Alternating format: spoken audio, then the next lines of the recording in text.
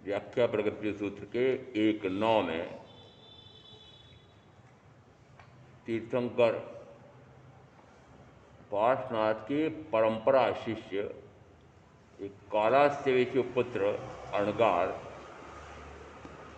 उनको लगा ये जो मेरी भेंट हो रही है वे होना तो जो इसे तीर्थंकर हो गए हैं उनके स्थविर होने चाहिए, परंतु निर्धारण नहीं हो पा रहा। इस कारण से उन्होंने परीक्षा लेने के लिए कठिन से कठिनतम प्रश्न पूछे। क्या पूछा कि क्या आप सामायिक का अर्थ जानते हैं, क्या आप सामायिक का प्रयोजन लक्ष्य जानते हैं, क्या आप प्रत्याख्यान का अर्थ जानते हैं, क्या प्रत्याख्यान का प्रयोजन लक्ष्य जानते हैं,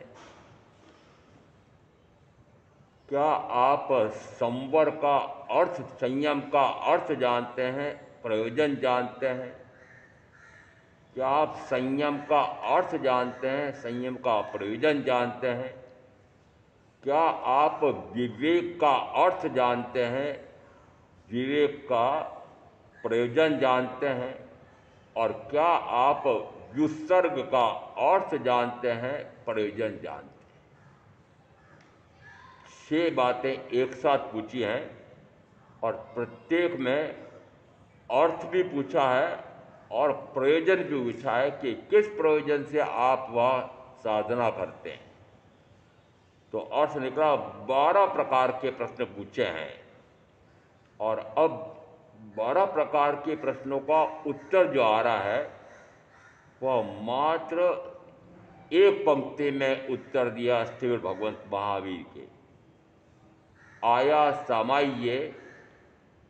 सामाय्यस्त अट्ठे जाओ व्युसक्कम। आत्मा ही सामायिक है, आत्मा का अर्थ ही सामायिक है, आत्मा का प्रयोजन ही सामायिक है। यावत व्युत्सर्ग, और यावत का अर्थ लेना कि बीच में 4 और प्रश्न थे, तो अब पहले 6 का पहले उल्लेख आ गया, इसलिए पुनः उनका बार बार उल्लेख नहीं करना पड़ता है। तो यावत में सारे 4 सम्मिलित बनना, तो 6 के 6 प्रश्न, 12 के 12 प्रश्न का उत्तर एक पंक्ति में। आया सामाय्य, आत्मा ही सामायिक है। आया सामाय्यस्त अट्ठे, कि आत्मा का अर्थ ही सामायिक है। जाओ व्युत्सर्गम, कि व्युत्सर्ग का भी अर्थ आत्मा है और व्युत्सर्ग का प्रयोजन भी आत्मापलब्धि है, आत्मा साधना है। आत्मा को उपलब्ध हो जाए तो क्या अभी आत्मा को उपलब्ध नहीं हो रहा है? यदि ये प्रश्न पूछा है तो उसका विलोम क्या होगा कि अर्थ ये निकल रहा है कि अभी आत्मा को उपलब्ध नहीं है, तो फिर किसको उपलब्ध है? शरीर को, शरीर के साथ जुड़े 5 इंद्रियों को, 5 इंद्रियों की पूर्ति के लिए परिवार को, परिवार के लिए धन वैभव सुख साधन संपन्नता को, और गिनते गिनते अंत ही नहीं आएगा इतनों का। इसका अर्थ है कि अभी आत्मा उपलब्ध किसको है? तो कहा शरीर को उपलब्ध है, आत्मा को उपलब्ध नहीं है, आत्मा को प्राप्त नहीं है। आत्मा किसको प्राप्त हो रहा है? आत्मा किसका दास हो रहा है? दासत्व किसको कर रखा है, क्यों कर रखा है, कारण क्या है? तो अब कारण मैं आपसे पूछूं क्या कि इस आत्मा ने इस शरीर का दासत्व क्यों कर रखा है? आत्मा तो वस्तुतः अपने आप का स्वामी होना चाहिए, तो यह अपने आप का स्वामी तो नहीं हो रहा है और इस शरीर का स्वामी हो रहा है। क्या कोई एक द्रव्य दूसरे द्रव्य पर स्वामित्व आधिपत्य कर सकता है? 5 द्रव्य कहें, काल को हमने द्रव्य माना नहीं है, तो क्या एक द्रव्य दूसरे द्रव्य में उसके कार्य में हस्तक्षेप नहीं कर सकता है? निश्चित मानना कि धर्म द्रव्य निरंतर अपने गति हेतुत्व गुण के कारण से जीव और पुद्गल यदि गति करना चाहे तो वो गति में निरंतर सायभूत सायभूत सायभूत अनादि से वर्तमान में भी अनंत काल तक। उसी प्रकार से अधर्म द्रव्य भी स्थितीय हेतुत्व गुण वाला यह अधर्म द्रव्य जीव और पुद्गल यदि स्थिर होना चाहे तो निरंतर सायभूत सायभूत सायभूत अनादि से वर्तमान में भी और अनंत काल तक। आकाश द्रव्य अन्य सब सर्व द्रव्यों को अवगाहना देने के लिए, स्थान देने के लिए निरंतर तत्पर है, अनादि से वर्तमान में भी और अनंत काल तक।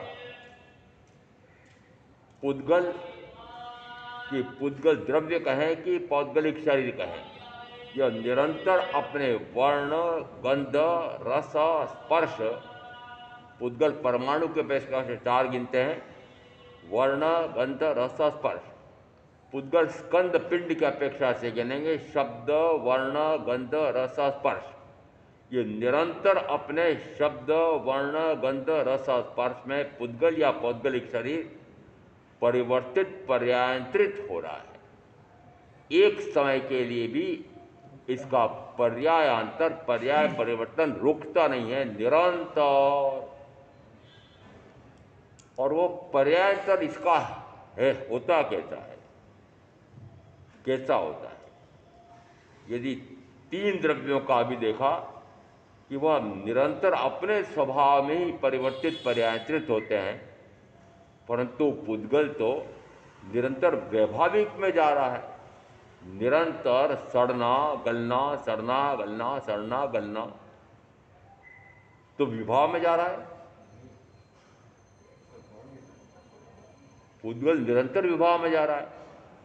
मनुष्यों की अपेक्षा से कहा जाता है मिट्टी भी स्वच्छ है, पानी भी स्वच्छ है, दोनों यदि मिल जाए तो मनुष्य कहता है कीचड़ हो गया है। अर्थ क्या निकला कि निरंतर ये पुद्गल तो विकार ही विकार में, विभाव ही विभाव में, विपरीत परिणमन में उल्टा चल रहा है। सत्य है? उल्टा चल रहा है, साफ तो दिख रहा है। ये पहले जितने आए हैं वो तो उल्टे चल रहे हैं, वो अपने स्वभाव में निरंतर रहते हैं। धर्म द्रव्य अधर्म द्रव्य आकाश द्रव्य ये निरंतर अपने स्वभाव में रहते हैं। तो फिर पुद्गल द्रव्य, ये पुद्गल द्रव्य तो विभाव में जा रहा है, परंतु यह पक्का रखो कि विभाव में जाना ही इसका स्वभाव है। विभाव में जाना ही इसका स्वभाव है। ऐसे ही जीव का है, नहीं? क्यों? मैं यदि अनादि से हूं, अनंत काल हो गया है, मैं भी तो निरंतर विभाव ही विभाव में जा रहा हूं। और विभाव क्या और स्वभाव क्या? यदि मुझे अपने ज्ञान गुण से अपने आप को जानना चाहिए, परंतु अपने आप को तो जानता नहीं और शरीर आदि को अपना जानता हूं, तो कहा यह मेरे ज्ञान गुण का वैभाविक परिणमन है। उसी प्रकार से दर्शन गुण से मैं अपने आप को तो देखता नहीं, परंतु शरीरादि को अपने रूप देखता हूं, तो दर्शन गुण का भी निरंतर वैभाविक परिणमन हो रहा है। सुख गुण निरंतर अपने आप के सुख में ही निमग्न रहूं, इंद्रिय विषयों के सुखों को सुख मानो ही नहीं, परंतु निरंतर अनादि से गिनो तो अनंत काल हो गया और इस भाव का भी इतना काल व्यतीत हो गया है। पांच इंद्रियों के माध्यम से मिलने वाले सुखों को ही सुख माना है और उन्हीं सुखों में निरंतर मग्न हो रहे हैं, तो का सुख गुण का भी वैभाविक परिणमन हो रहा है। चौथा, वीर्य कहो या उपयोग कहो, नाणम च दंसनम चैव चरितम च तवोतः वीर्यम ओगो एवं जीवस्य लक्षणम, उत्तरायण 28:11। इसमें आत्मा के लक्षण दिए हैं। लक्षण से लक्ष्य पहचाना जाता है, गुण से गुण पहचाना जाता है। तो आत्मा के लक्षण कौन से दिए? नाणम च दंसनम चैव, ज्ञान और दर्शन। नाणम च दंसनम चैव चरितम च तवोतः, कि चारित्र और तप, चारित्र और तप। अब चारित्र और तप को अभी मैं छोड़ रहा हूं, आगे बढ़ रहा हूं। नाणम च दंसनम चैव चरितम च तवोतः वीर्यम ओगो, कि वीर्य और उपयोग, ये 6 आत्मा के लक्षण हैं। 6 आत्मा के लक्षण हैं। ये समझ में आ सकता है कि ज्ञान आत्मा का गुण या लक्षण है, दर्शन आत्मा का गुण या लक्षण है, उपयोग आत्मा का गुण और लक्षण है, और वीर्य आत्मा का गुण और लक्षण है। परंतु बीच में है चरितम च तवोतः, कि चारित्र भी और तब भी आत्मा का ही लक्षण है। सत्य?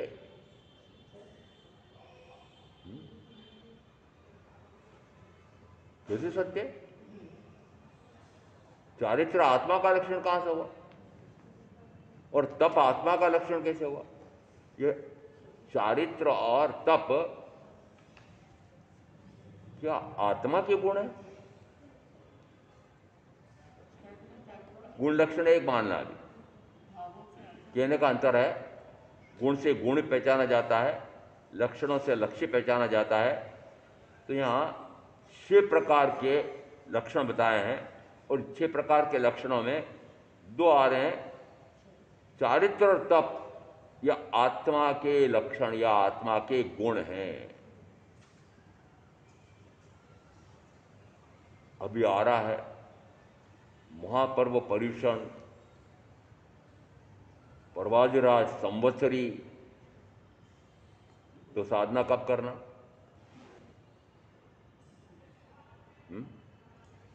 कब करना? पर्युषण में। और अब यह संवत्सरी 5 महीने का चातुर्मास है। 2 प्रथमतः सावन 2 हो गए, उसके बाद फिर 3 बाकी और बचे, फिर 5 महीने हो गए। अब 5 महीने में पहले बताया था कि यदि वर्षावास करना है तो वर्षावास के लिए यदि कोई सदग्रस्त 4 महीने वर्षावास के लिए स्थान दे दे तो वहाँ वर्षावास कर ले। यदि न मिले तो विहार करता जाए, और विहार करते करते 5वें दिन भी मिल जाए तो 5वें दिन वह चातुर्मास वहाँ से प्रारंभ कर दे। वहाँ भी नहीं मिले तो फिर 5 दिन और, वहाँ भी फिर भी नहीं मिले तो 5 दिन और, फिर करते करते 9 पंजे, और उसके बाद में फिर 10वां 5वां, कि जिस समय 10वां 5 शुरू होता है तो 10वां 5 का अंत होता है 49 दिन और 50 दिन का मध्य भाग। यदि इतने दिन तक कोई वर्षावास के लिए उपयुक्त स्थान नहीं मिला तो फिर चाहे वृक्ष मूल में करना पड़े तब भी वहाँ कर ले, और चातुर्मास की स्थापना और पर्युषण पर्वाराधना उस अनुसार करे। अर्थ क्या निकला? संवत्सर शब्द सुना है क्या आपने? ये संवत्सरी शब्द किससे बना है? संवत्सर से बना है। और संवत्सर कब पूर्ण होता है? यदि वीर संवत से गिनते हो, अपने बही खाते चोपड़े में कहीं वीर संवत लिखते हो? अरे विक्रम संवत भी लिखते हो? लिखते हो? कौन सा लिखते हो? कौन सा लिखते हो? ग्रिगोरियन कैलेंडर के अनुसार जनवरी से दिसंबर तक 12 महीने का एक वर्ष होता है। और अब बताओ कि हमारे यहाँ वर्ष किस अपेक्षा से गिना जाता है? चैत्र वैशाख जेठ से लगा करके फाल्गुन तक। तो हमारे यहाँ पर ये दिन रात, ऋतुएं, फिर संवत्सर यह चंद्र के अनुसार चलता है, चंद्रमा के अनुसार चलेगा। और चंद्रमा के अनुसार जो मास बनेंगे वे बनेंगे या तो 29 दिन या 30 दिन। कितना? कौन सा? 29 या 30। ग्रिगोरियन कैलेंडर में निश्चित है, जंजाल खत्म कर दिया उन्होंने। तिथि का घटना और बढ़ना और मास का घटना और बढ़ना, कोई जंजाल नहीं, सीधा सीधा हिसाब। परंतु हमारे यहाँ तो तिथि का घटना बढ़ना, वो तिथि का घटना बढ़ना होता क्या है कि किस समय सूर्योदय हुआ है, तो सूर्योदय जिस तिथि में हुआ है उस दिन वह तिथि मानी जाएगी, या अस्त जिस समय हुआ उस समय तिथि मानी जाएगी। ये सारे जंजाल कहाँ से खड़े हुए समझ में नहीं आया, पर ये सारे जंजाल खड़े हुए हैं ये ब्राह्मण ज्योतिषियों के कारण से हुए हैं। और हमारे एक युग प्रधान आचार्य ऐसे हुए हैं कि उन्होंने 5वें आर्य के 21,000 वर्ष उनका एक कैलेंडर बनाया। कितने वर्ष का? एक वर्ष का नहीं, 21,000 वर्ष का कैलेंडर बनाया। और उस कैलेंडर में वर्षावास में अधिक मास आता नहीं है, और पक्षी कभी 14 की और कभी पूर्णिमा अमावस्या की भी आती नहीं है। पक्षी निश्चित है कि पूर्णिमा या अमावस्या को आएगी, और चातुर्मास में वर्षावास में अधिक मास आएगा ही नहीं। अधिक मास तो आएगा क्योंकि चंद्र के अनुसार चल रहे हैं, तो अधिक मास तो आएगा। वो क्यों आएगा कि चंद्र के अनुसार जो गति है उसके अनुसार हमारे यहाँ पर ऋतुओं गिने, मास गिने हैं। परंतु फिर वापस सूर्य के अनुसार भी तालमेल करना पड़ेगा कि सूर्य का चलना, कितने सूर्य चलते हैं, कि जम्बूद्वीप के चक्कर लगाने वाले कितने सूर्य हैं? 2। और चंद्रमा? फिर ये चंद्रमा, इसकी दूरी कितनी है इस पृथ्वी से? अब भूगोल क्या कहता है? वर्तमान का भूगोल क्या कहता है? सबसे ऊंचा कौन है? चंद्रमा। और सूर्य का आकार कौन सा बताया? सूर्य का आकार सबसे बड़ा आकार है। किससे बड़ा? ये भूगोल वेत्ताओं के उस इस पृथ्वी के आकार से वह इतना बड़ा है। अब इतना बड़ा है, और यदि इतना बड़ा वह सूर्य है, फिर क्या कहते हैं कि वह आग का गोला है। उस आग के गोले में इतनी आग होती है, इतना प्रकाश होता है, कोई जा करके देख करके स्पर्श करके आया है क्या? कोई स्पर्श करके आया? वो आग का गोला है। तो आग का गोला तो फिर देखा होगा, जाकर का अनुभव क्या होगा?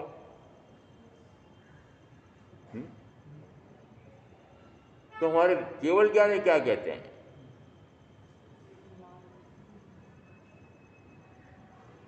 अरे सूर्य चंद्र के लिए हमारे केवल ज्ञानी क्या कहते हैं? महाराज हमें क्या लेना देना इन बातों से?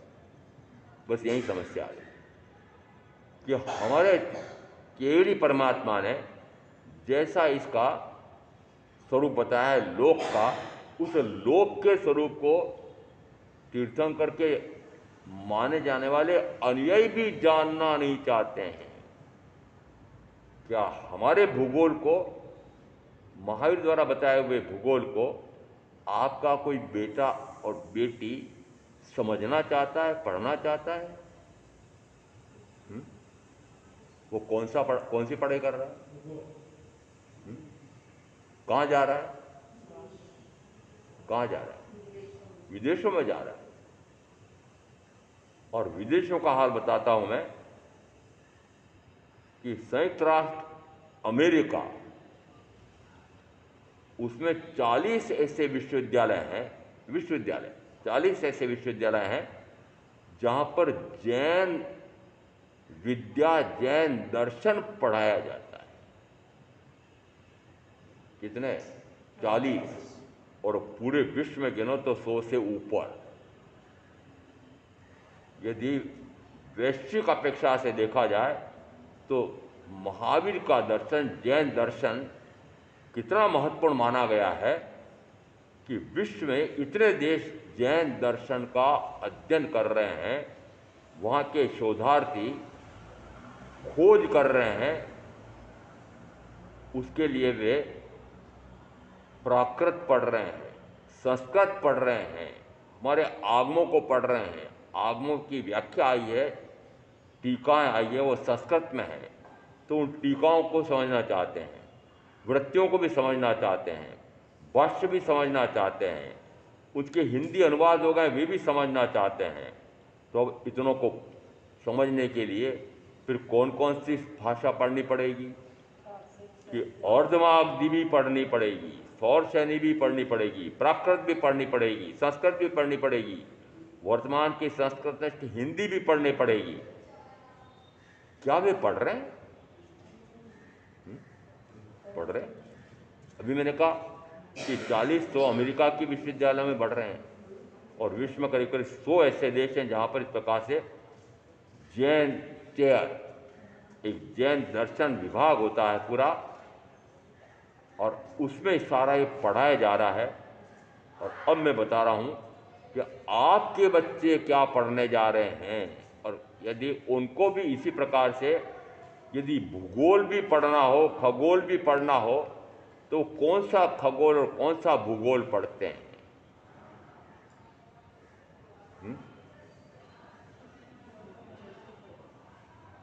सुषमा बहन की बेटी, 2 बेटियां, एक का मुझे पता है,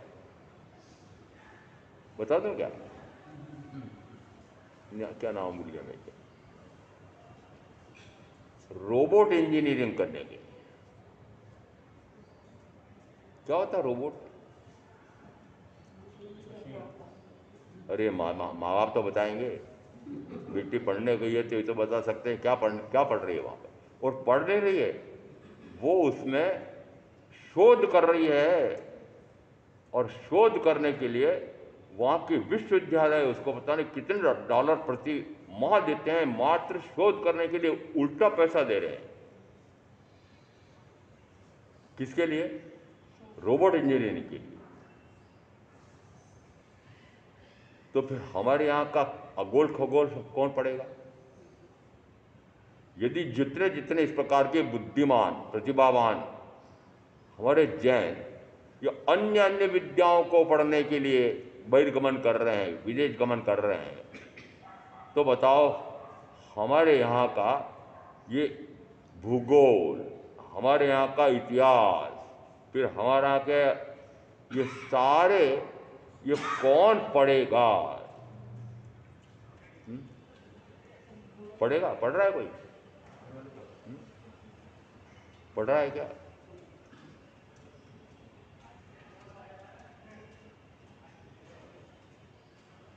एक ऐसे आचार्य अणु, उनके एक प्रशिष्य, उन्होंने इस प्रकार की खोज की और पूरा 1 वर्ष 1.5 वर्ष कहते हैं उसमें लगाया उन्होंने, और वैज्ञानिक आधार पर ये सिद्ध किया कि यह सूर्य का गमन कैसे होता है, चंद्रमा का गमन कैसा होता है, कौन किसके चक्कर लगाता है, और एक बड़ा ग्रंथ लिखा।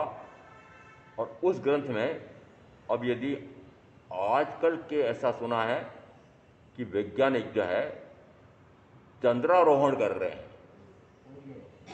हो गया क्या? चलो हो गया। और उस ग्रंथ में उन्होंने लिखा कि वैज्ञानिक पता नहीं कौन से पर जाकर के आ गए हैं, चंद्र पर तो गए नहीं, उनको पता ही नहीं कि चंद्र कहाँ है। क्यों? क्योंकि हमारे आगमन में जो चंद्र का स्वरूप आया हुआ है उन्हें पता ही नहीं। तो मैंने सोचा कि जिस समय ये चंद्रारोहण कर रहे हैं वैज्ञानिक, तो हमारे वे क्या नाम है उनका, वो बोले ही नहीं कुछ। मैंने कहा जिन्होंने इतनी विशेषज्ञता प्राप्त की तो उपयुक्त समय पर वापस बोलना चाहिए ना। ये जो वैज्ञानिक ये कह रहे हैं कि हम चंद्रमा पर जाकर के आए हैं, वहाँ हम ये चित्र लेके आए हैं, मिट्टी लेके आए हैं, आदि आदि, तो क्यों नहीं बोले वो चंद्रमा पर कोई जा नहीं सकता है? बोले, और इतनी शोध की वो भी नहीं बोल रहे। अब मैं कैसे बोलूं?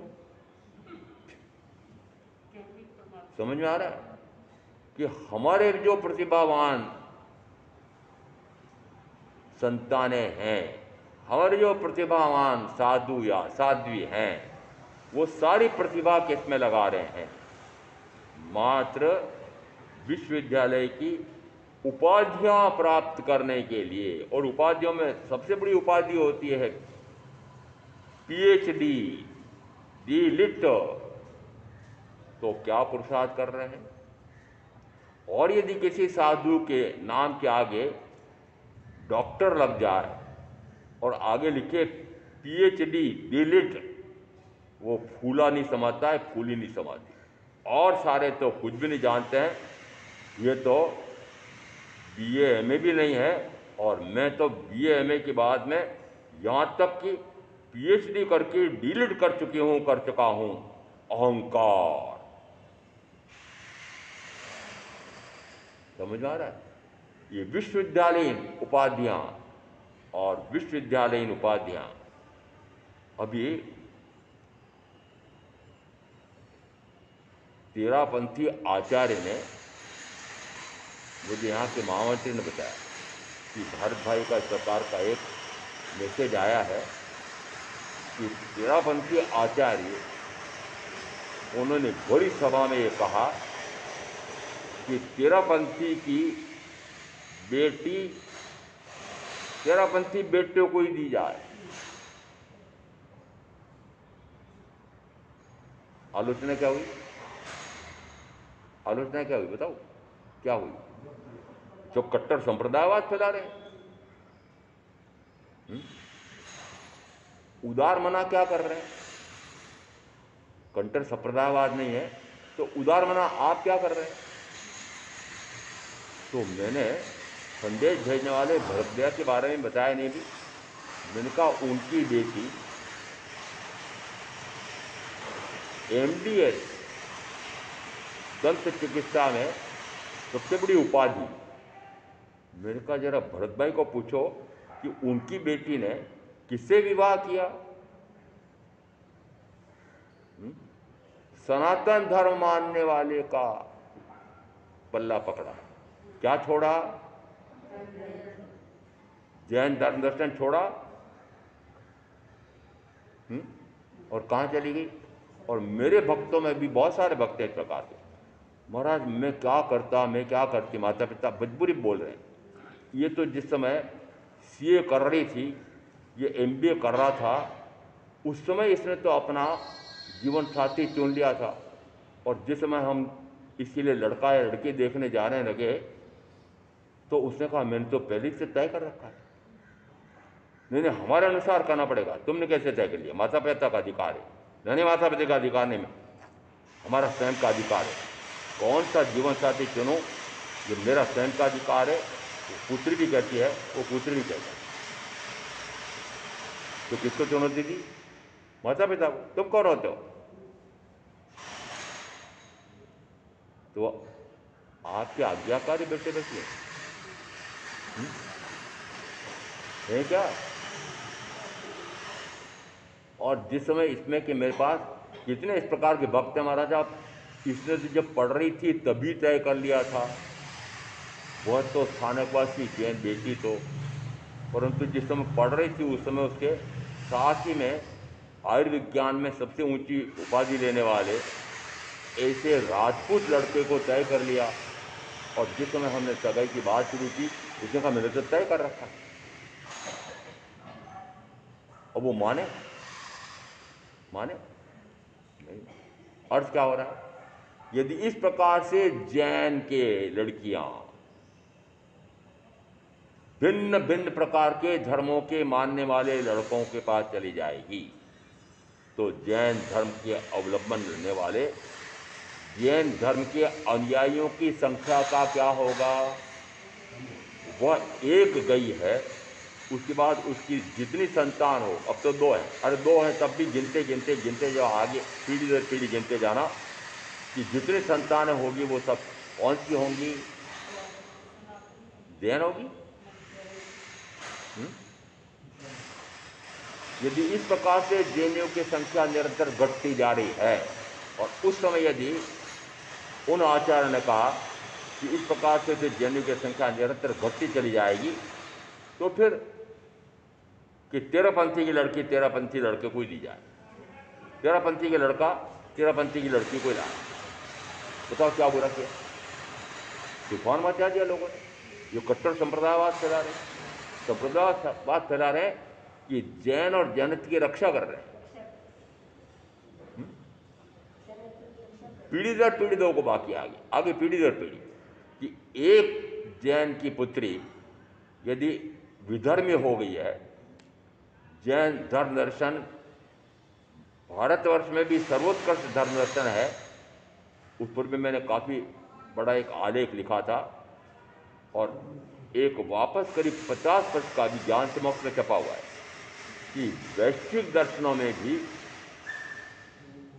तीर्थंकर भी नहीं लिखा, भगवान भी नहीं लिखा, महावीर का दर्शन पूरे विश्व में सर्वोत्कृष्ट है, सर्वोपरि है। आपको पता है कैसे? कैसे? अभी परसों इतनी बड़ी सभा हुई थी तो जिस समय उन्होंने कहा भगवान महावीर क्या मानते थे, उनका धर्म का स्वरूप बताओ, तो मैंने सबसे पहले ये कहा कि महावीर को तो महावीर के तथाकथित अनुयायियों ने घर से बाहर निकाल दिया है, निर्वासित निरापित कर दिया है। महाराज साहब ये तो आपने बहुत बुरा किया, आपने ऐसा कैसे कहा? मैंने कहा सत्य है, सत्य है। क्या महावीर को आपने, आपके बेटे बेटी ने घर से, हृदय से, आत्मा से बाहर फेंका के निकाल करके? नहीं फेंका है, फेंका है। क्या पढ़ने जा रहे हो? बताओ क्या पढ़ने जा रहे हैं? चाहे भारत में रहकर के पढ़ रहे हो, चाहे विदेशों में जाकर पढ़ रहे हो, क्या पढ़ रहे हैं? और निरंतर मैं कह रहा हूँ, मेरा तो अभी मात्र 20 वर्ष का है, पर पुराने साधु साधियों को पूछ लेना भले कि यदि आज की नई पीढ़ी स्थानक में फटकती भी नहीं है, यहाँ तक कि परुषणों भी में भी नहीं, संवत्सर के दिन मिले। किस दिन बता दूंगा अभी। परुषणों में भी नहीं, संवत्सर में भी नहीं। और अभी तक मान लो ये इतने दिन हो गए यहाँ चातुर्मास प्रवचन में या शेष काल में आपके बेटे बेटी कौन कब आए बताओ जरा, कि महावीर का दर्शन क्या है, हमें समझाओ महाराज। बताओ, कोई बताओ कि हाँ महाराज साहब मेरा बेटा आया था, मेरी बेटी आई, मेरा पोता आया था, मेरी पोती आई, जरा बताओ कोई। बोलो ना। तो मैंने कहा था कि महावीर को बाहर कर दिया है, घर से बाहर निकाल दिया है, हृदय से बाहर निकाल दिया, आत्मा से बाहर निकाल दिया, तो सत्य कहा था कि निकाल। और क्यों निकाल दिया ये भी सोचो, क्यों निकाल दिया। मात्र शरीर सुख, इंद्रिय सुख, भोग सुख, उनको प्राप्त करने के लिए उसी प्रकार की पढ़ाई कर रहे हैं, चाहे भारत में कर रहे हैं चाहे विदेश में कर रहे हैं, पर पढ़ाई कौन सी कर रहे हैं। मात्र भोग भोग भोग और भोग। कितने काल तक, कि पूरे मनुष्य भाव में, और फिर अनंत काल तक वापस चतुर्वृत्ति का परिभ्रमण बढ़ा रहे हैं।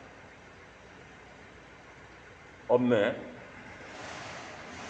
आत्मा का अर्थ क्या है, आत्मा का प्रयोजन क्या है, अब मैं समझाऊं तो किसको समझाऊं। जिनकी समझने की शक्ति नहीं रही है, यदि समझ में आ जाए तो तुरंत विस्मृत भी हो जाता है। तो प्रथमतः तो जिनकी सुनने की क्षमता घट गई है, पढ़ने की क्षमता घट गई है, बुद्धि भ्रष्ट हो गई है।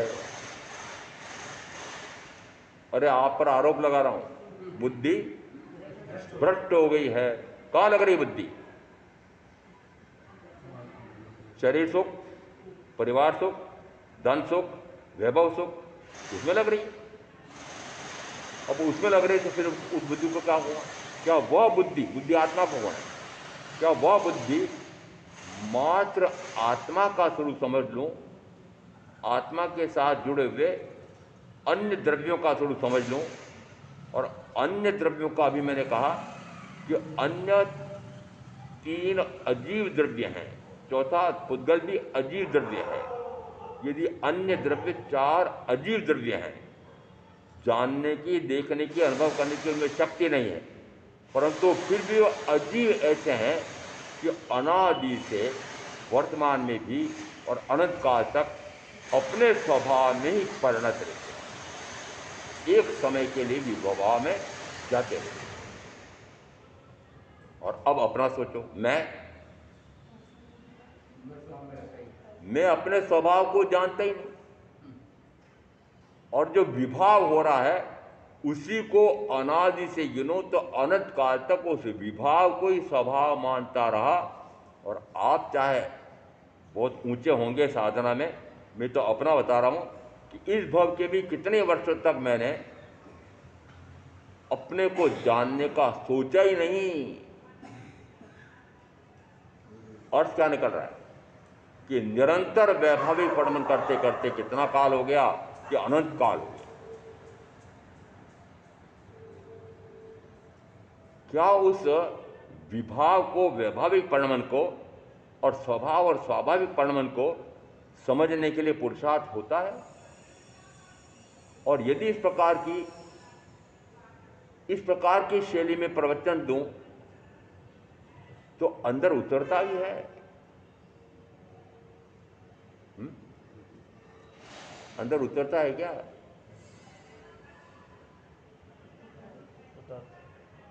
अंदर उतरता है तो बाहर में सुफल आना चाहिए। सुफल क्या आना चाहिए कि फिर वैभाविक परिणमन से हट करके और स्वभाव रूप ही परिणमन करूं। और स्वभाव रूप परिणमन किसको कहते हैं, विभाव रूप परिणमन किसको कहते हैं, कि ज्ञान गुण से मात्र अपने आप को, अपने आप का जानना। यदि शरीर आदि जानने में भी आए तो उनको पराया जानना। मात्र एक अपने और पराये की भेद विज्ञान, मात्र ये अपने पराये का भेद विज्ञान हो जाए तो मोक्ष हो जाए। कितने से थे? अपना कौन और पराया कौन। और अब आप अपने आप से पूछना और अपने आप को उत्तर देना कि अभी तक का जो आपने जीवन बिताया है उसमें आपने अपना किसको माना और पराया किसको माना।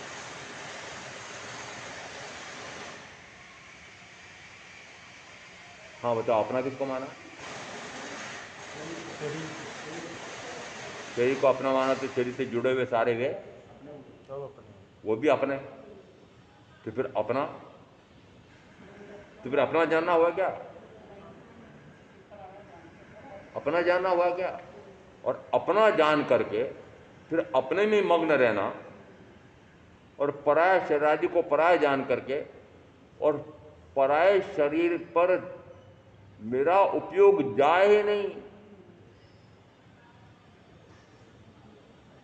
जन्म से मुक्ति का उपाय क्या होगा? अपने ज्ञान गुण से निरंतर अपने आप का जानना जानना जानना 2 घड़ी तक और फिर अनंत काल तक। उसको हमारे नाम दिया केवल ज्ञान। और केवल शब्द की व्याख्या देखो, केवल शब्द की व्याख्या देखना, वो केवल ज्ञान की व्याख्या आपने समझी नहीं। केवल का अर्थ होता है मात्र और ज्ञान का अर्थ होता है जानना। तो मात्र जानना, मात्र जानना, मात्र जानना, जानने के साथ में कोई क्रिया प्रतिक्रिया कुछ न करना। हो रहा है?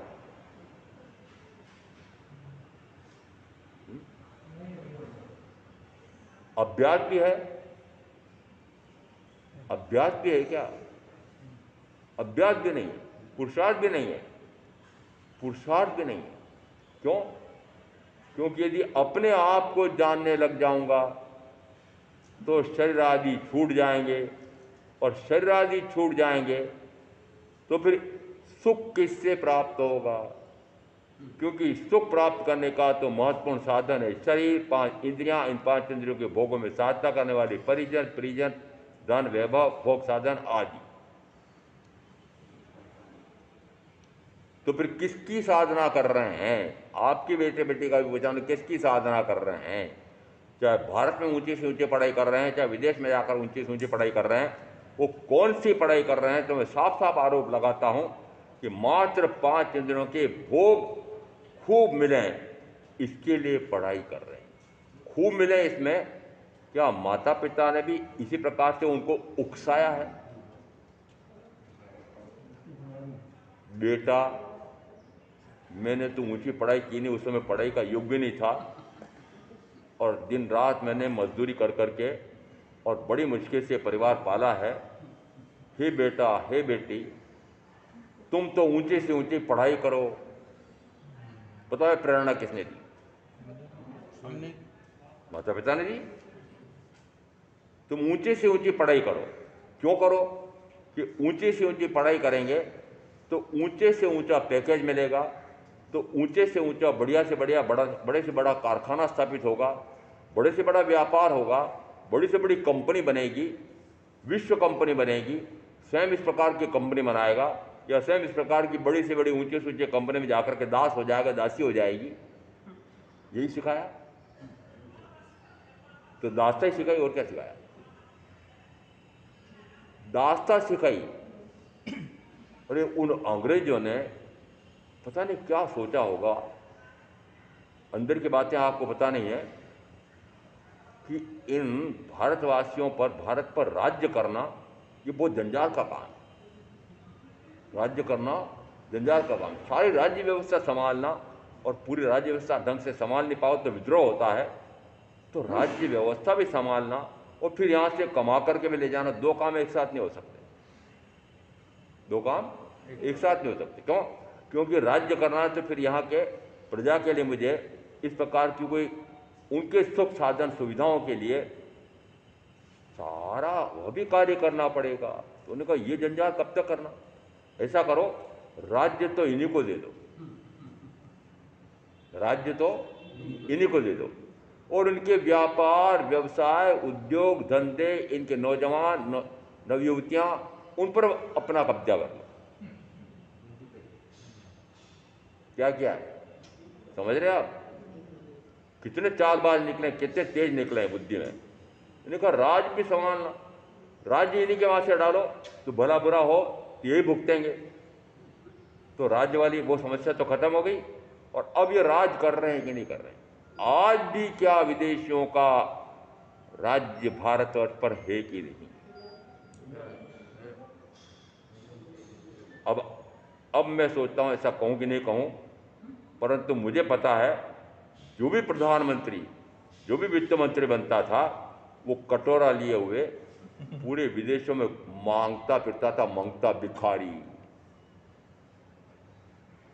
और अभी भारतवर्ष पर वो अंतर्राष्ट्रीय वित्त निगम या जो भी नाम हो, वहां का कितना कर्जा है और अन्य देशों का कितना कर्जा है, आपको पता है कितना कर्जा है?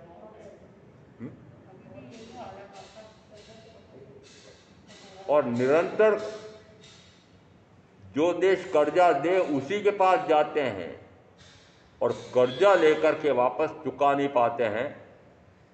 तो मुझे तो इतना पता नहीं है, परंतु मैं सुनता कैसा हूं कि लंका ने हाथ ऊंचे कर दिए, लंका राष्ट्र ने दिवालिया घोषित कर दिया।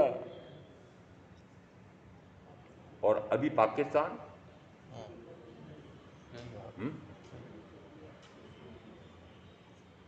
धन संपन्न है, वैभव संपन्न है, क्या हो गया? दिवालिया हो गया।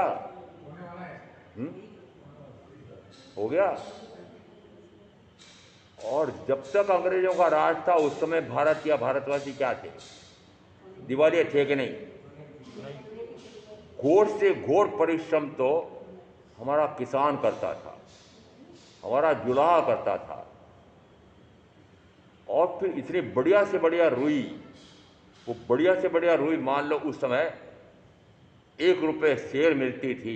वो 1 रुपये शेर की रुई यहाँ से खरीद करके और मैनचेस्टर भेजते थे, और मैनचेस्टर से वापस जो बढ़िया से बढ़िया कपड़ा बन करके आता था उसकी उस रुई की अपेक्षा से 100 गुनी कीमत।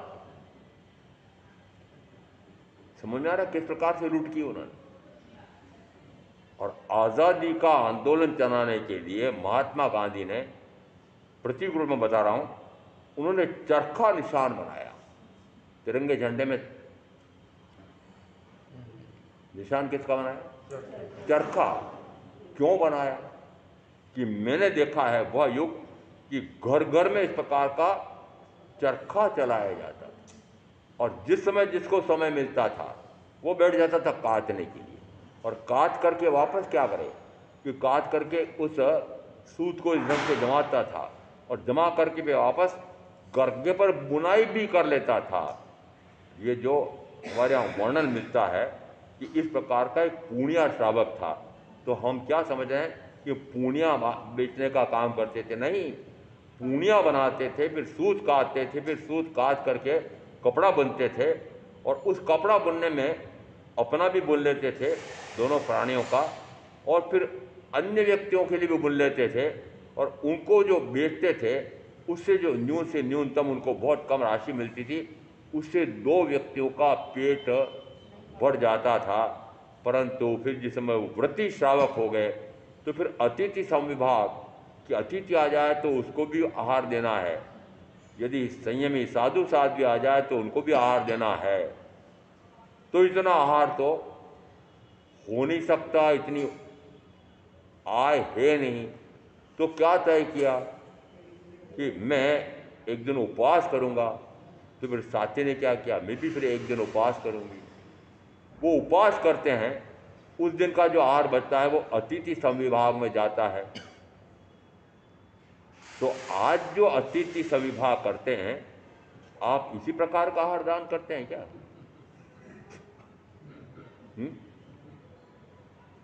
इस प्रकार का कमाया हुआ आहार खा रहा हूं मैं? समझो कि क्या व्यवस्था थी हमारे यहाँ उस समय, क्या व्यवस्था थी। व्यवस्था उस समय इस प्रकार की थी कि काम कोई करे और कमाई कौन करे। ये जितने इस प्रकार से बुनकर कहो कि सुतार कहो कि लोहार कहो कि दर्जी कहो कि जितने गिन लेना, ये सारे ये सारे डेली जो आप गिन ना ग्राम में सारे कार्य मैंने देखा हुआ है कि ग्राम इतना आत्मनिर्भर होता था कि ग्रामवासियों की सारी पूर्ति ग्राम में ही हो जाती थी, कहीं बाहर लेने कुछ भी नहीं जाना नहीं पड़ता था। ऐसे आत्मनिर्भर ग्राम थे उस समय। बताओ जो आर्थिक व्यवस्था थी वो कैसी थी और अब बिगड़ते बिगड़ते कैसी हो गई। और क्या निकल रहा है कि अब यदि आत्मा का स्वरूप कैसा है, सामायिक का स्वरूप कैसा है, ये समझना हो तो अब यह समझने की योग्यता अब रही कहाँ उलझे रहते हैं, निरंतर उलझे रहते हैं कैसे शरीर का, इंद्रियों का, शरीर परिवार का पालन पोषण कैसे हो। सबसे बड़ी चिंता आप सारों को किसका लगी हुई है? बताओ किसकी चिंता है कि शरीर का पालन पोषण कैसे हो, आत्मा का पालन पोषण कैसे हो, इसका चिंतन है? इसका चिंतन है क्या?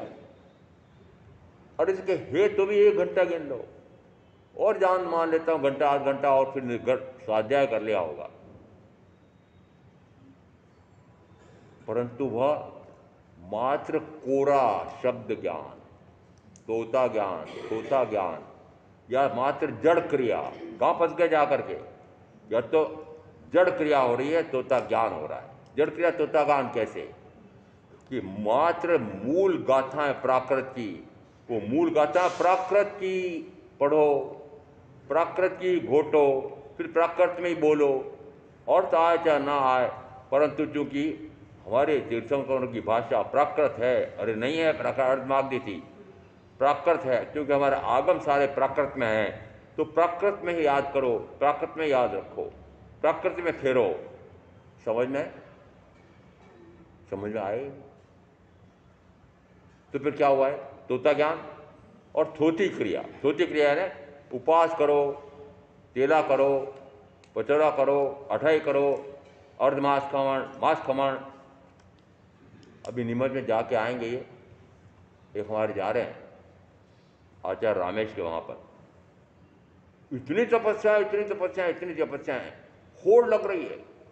अभी तक गिनना न जाने कितने तेले हो गए होंगे, न जाने कितनी अठाइयाँ हो गई होगी, कितने अर्धमास खमण हो गए होंगे और कितने मास खमण चल रहे होंगे और लंबी लंबी तपस्याएं चल रही होंगी। समझ में आ रहा? इतनी गाथाओं का स्वाध्याय करना है तो गाथा कौन सी? प्राकृत, हिंदी अनुवाद नहीं, हमारी तो आगम सारे प्राकृत में याद करो, प्राकृत में याद करो। और प्राकृत की पढ़ने से निर्जरा होती है क्या? हाँ, यदि मंत्र साधक उस मंत्र का अर्थ नहीं जानता है, वो रोगी भी अर्थ नहीं जानता है, परंतु उस मंत्र से उस रोगी का रोग भाग जाता है, भूत भाग जाता है, तो फिर इसी प्रकार से ये दृष्टांत देकर कहते हैं कि उसी प्रकार से यदि चाहे आपको उसका अर्थ आता नहीं आता हो, परंतु कर्म का मेल तो धुल जाता है। अब ये सारी भ्रांतियां हैं कि नहीं? अर्थ समझे बिना, मर्म समझे बिना, आत्म साधना उस प्रकार से किए बिना क्या आत्मा का रोग, राग रोग, द्वेष रोग, क्रोध रोग, मान रोग, माया रोग, लोभ रोग, शुभ रोग, अशुभ रोग ये मिटेंगे? नहीं। इसका अर्थ जाने बिना, भावार्थ जाने बिना, गूढ़ार्थ जाने बिना, रहस्य जाने बिना कहा जाता है आगम में शब्द हैं, उन शब्दों का अर्थ तो गुरु के हृदय में छिपा हुआ है। तो किससे समझना पड़ेगा? महत्ता क्यों आई गुरु की कि आगम में शब्द भरे पड़े हैं, कितने का आगम है। और अभी यहाँ पर कुछ ग्रंथ आए हैं, उसमें बड़े बड़े ग्रंथ केवल प्राकृत गाथाओं के आए हैं। किसके? क्यों? क्योंकि अब स्वाध्याय का काल आ रहा है, 8 दिन परिश्रमों का, तो फिर स्वाध्याय करना है तो किसका करेंगे? वो प्राकृत गाथाओं का। हिंदी हिंदी की जरूरत नहीं है, हमारे आगम तो सारे प्राकृत में है, तो प्राकृत में रटो, प्राकृत में घोटो, प्राकृत में फेरो। क्या आत्म साधना हो जाएगी? कर्म में छट जाएगा क्या? रागादि, क्रोधादि, मोहादि, रतियादि मिट जाएंगे क्या? ये कर्म का राग मिट जाएगा? या कर्म का मेल मिट जाएगा, या कर्म से मुक्ति हो जाएगी। सोचना कि उस आगम का या गाथा का या सूत्र का रहस्य समझे बिना और उस रहस्य को समझ करके उस प्रकार की आत्म साधना शरीर आदि से दृष्टि हटाकर किए बिना मुक्ति का मार्ग नहीं है। ऐसा तत्व का सुर समझ कर में आप जो साधना करेंगे उनका अवश्य कल्याण होगा। ओ शांति।